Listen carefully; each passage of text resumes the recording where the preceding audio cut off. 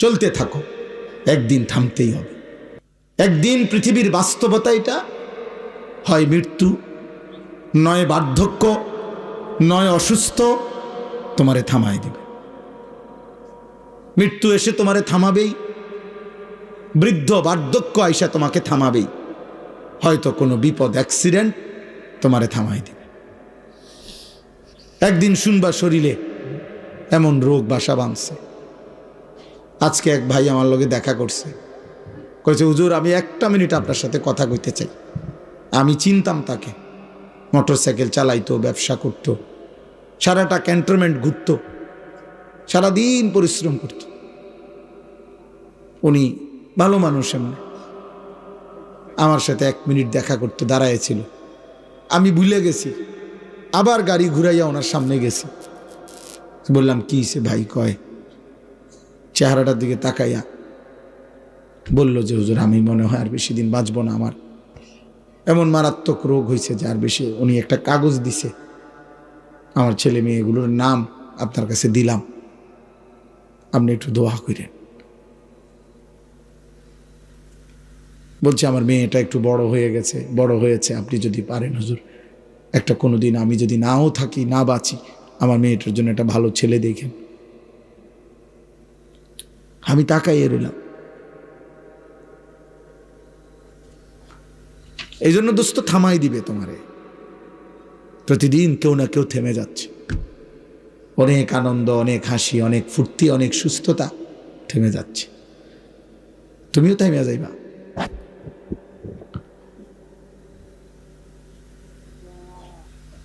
তোমাদের চেহারা দেখেই বোঝা যায় বেনামাজি, তোমাদের চেহারা দেখেই বোঝা যায় চুল, চেহারা ইসলামের সাথে কোনো সম্পর্ক নেই। কোনো অসৎ লোক তোমাদের বন্ধু, হয় মোবাইলের মাধ্যমে নয়তো বাস্তবতায়। ফাসতামিউ লাহু ওয়া আনসিতু। কোরআনুল কারীমের মধ্যে আল্লাহ তাআলা বলছেন, আমার কালাম যখন পড়া হয় তোমরা মনোযোগ দিয়ে শোনো এবং চুপ থাকো, লাআল্লাকুম তুরহামুন। এতে করে অবশ্যই তোমাদের উপরে রহমত বর্ষিত হবে। এজন্য কিশোর নওজোয়ান তোমাদেরকেও বলছি ভাই, ছোট বয়সে গুনার মাত্রা বাড়ায়ও না, কম বয়সে বেয়াদবি বেশি করো না, সাবধান। না শুনলে প্রথমেই সিদ্ধান্ত নিবা যে আমি শুনবো না, তাহলে কোনো পাপ নাই। শোনো নাই, তোমার ব্যস্ততা থাকতে পারে, ক্লান্তি থাকতে পারে, তুমি আসোই নাই, এতে কোনো অসুবিধা নাই। এই গ্রামের সবাই এখন এই মুহূর্তে ওয়াজ শুনতে হবে, এটা কোনো ফরজে আইন না, এটা কোনো বাধ্যতামূলক আইন না যে আপনারা কেউ ঘুমাইতে পারবেন না, আপনারা এখন বাধ্যতামূলক ওয়াজ শুনতে হবে, এমন জরুরি না। কিন্তু এই যে আয়শা উপস্থিত হয়ে খামখেয়ালি করা, ঠাট্টা মস্কারি, বুট বাদাম, চটপটি, হাসি মজাক, ফাইজলামি বান্দ্রামি, এটা কিন্তু অনেক বড় অপরাধ। অত্যন্ত সুকৌশলে, কৌশল করে এই ইবলিস শয়তান আমাদের এই মাহফিলগুলোর ভিতরে বুট ঢুকাইছে, বাদাম ঢুকাইছে, অথচ এর সাথে কোনো সম্পৃক্ততা নাই। এটা রীতিমতো আল্লাহর কোরআনকে এক ধরনের অপমান করা। তোমরা একজন ছোট ছেলেই ভাবো, দেখো কোনো প্রাইমারি স্কুলের বাচ্চারা ক্লাস 1-এ পড়ে, সেও তো তার টিচার যখন কথা বলে পড়ায় তখন তো সে বুট বাদাম খায় না। তাহলে এত বড় মহান আল্লাহর কালাম, আল্লাহর কোরআন যিনি পড়ছেন, বলতেছেন আমার সামনে, তো সেই কালামের সামনে আমি বুট বাদাম খাইলাম, তো এটা কি ইনসাফ হলো? তাহলে বিষয়টা কি? এই জন্য দেখা গেছে মাহফিল শুরু হয় মাগরিবের পরে, দোকানপাট জমে যায় সকাল 10টা থেকে। এবং অনেক সময় এমন দুর্ভাগ্য যে ছেলেটা আসছিল মাহফিলে, মাঝখানের এই দোকান তারে বাধাগ্রস্ত করে, সে আটকায় যায়, মাঝপথে থমকে যায়, মাঝপথে আর আল্লাহর দিকে আসতে গিয়ে বাধাগ্রস্ত হয়। কোরআনুল কারীমের মধ্যে আছে, ওমান আযলামু মিম্মান যুক্কিরা বিআয়াতি রাব্বিহি সুম্মা আ'রাযা আনহা। তার চাইতে বড় জালেম পাপী আর কেউ হইতে পারে না যার সামনে আমার আয়াত পড়া হয় অথচ সে তা থেকে বিমুখ, অমনোযোগী, খামখেয়ালি। আল্লাহ বলেন ও সবচেয়ে বড় জালেম। ইন্না মিনাল মুজরিমিনা মুনতাকিমুন, আল্লাহ বলেন এমন পাপী থেকে আমি আল্লাহ নিজে প্রতিশোধ নেব। প্রতিশোধ। কোনো মানুষের উপরে আল্লাহর সবচেয়ে বড় শাস্তি কি দুনিয়াতে?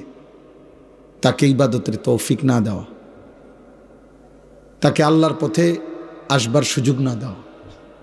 ভাত মাছ খাওয়ায়, পৃথিবীর দুনিয়ার যা চায় তা দিচ্ছে, এটা কোনো চাহিদা পূরণ করতেছে, এটা কোনো কঠিন অবাক কিছু না।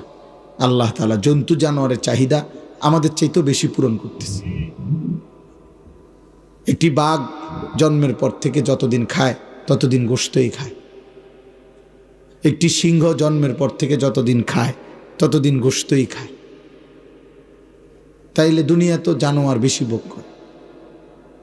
একটা হাতি প্রতিদিন, বন্য হাতি 250 কেজি খাবার খায়। গবেষকদের কথা, 90 লিটার পানি পান করে। একটি তিমি একবারে 200 জন মানুষের সমপরিমাণ খাবার খায়। তাইলে পৃথিবী, দুনিয়া, জানোয়ার আমাদের চাইতে বেশি ভোগ করে। দুনিয়া ভোগ করা, উল্লাস করা, আনন্দ করা, ফুর্তি করা, লাগামহীন, বাঁধনহীন, এটার মধ্যে তেমন কোনো সফলতা নাই। এটার মধ্যে কোনো সফলতা নেই। জঙ্গলের বাঘ তো এর চাইতে বেশি অঞ্চলে দৌড়ায়। সাগরের মাছ তো এর চাইতে বেশি অঞ্চলে দৌড়ায়।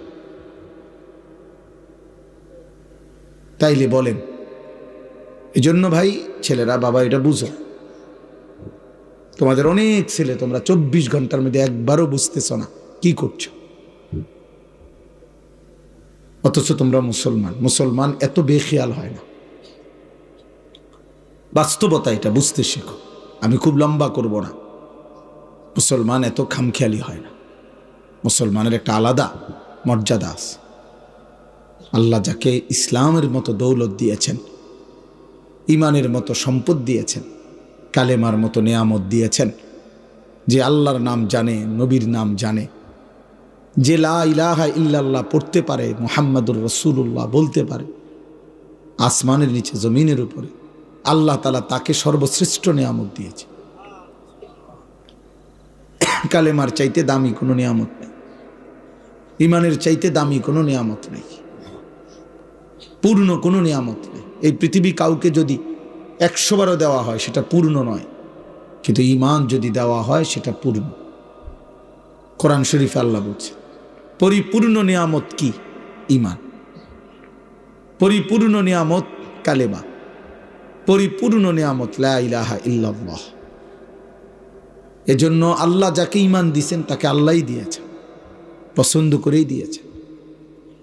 আল্লাহ যাকে ঈমান দেন নাই তার জন্য ঈমান নবীগণ পর্যন্ত চেয়েও নিতে পারেনি, পারে নাই। একটা ছেলে হলেও বুঝো, একজনই। আমি যেহেতু ব্যক্তিগতভাবে কোনো প্রার্থী না, আমার কোনো মার্কা নাই বা ভোটের কোনো প্রচারণা নাই, অতএব আমি সকলের সমর্থন জরুরি না, অনেক মানুষ শুনতে হবে এটাও জরুরি না। আল্লাহর কথা একজনকে বললেও নেকি হয়, সওয়াব হয়। আমার সওয়াব দরকার, আমার আখিরাত দরকার। সেই জন্য এটা মনে রাখতে হবে, আল্লাহ যাকে ঈমান দেয় নাই, আল্লাহ যার ব্যাপারে সিদ্ধান্ত নিছেন ঈমান দেবে না, তার জন্য ঈমান নবীগণ পর্যন্ত চেয়েও নিতে পারেনি।